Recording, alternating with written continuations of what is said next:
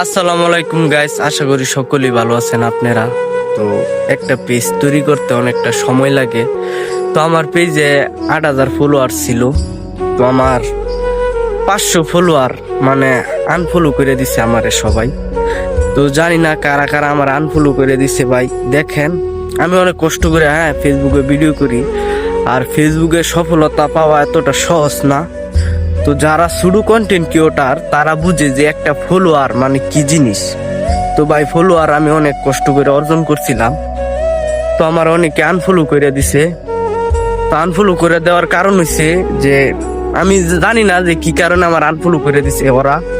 তো আমি ভাইদেরকে বলি যে ভাই, আমার পেজটা সবাই ফলো করে দিবেন আর আমার ভিডিওগুলো দেখবেন। যদি ভালো লাগে ভিডিও দেখবেন, আর ভালো না লাগলে তো ভিডিও দেখবেন না। কথা হইলো এটা ভাই।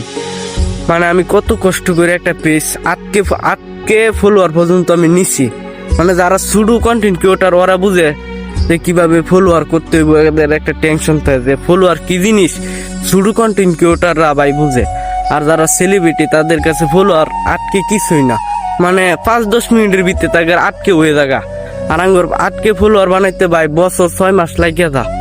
মানুষের দ্বারে দ্বারে যাইতে হয় যে ভাই আমার একটা পেজ ফলো করাই দিই, বন্ধু বান্ধবের কাছে গিয়ে আমার পেজটা ফলো করাই দিই, যে ওরা আমার ভিডিও দেখবে। তো এই আর কি ভাই। তো আপনারা মনে হিংসা রাখবেন না, সকলকেই সাপোর্ট করবেন। আমিও সকলকে সাপোর্ট করি ভাই। ভাই, আপনি আমার পাশে থাকবেন, আমি আপনার পাশে থাকবো, এটাই।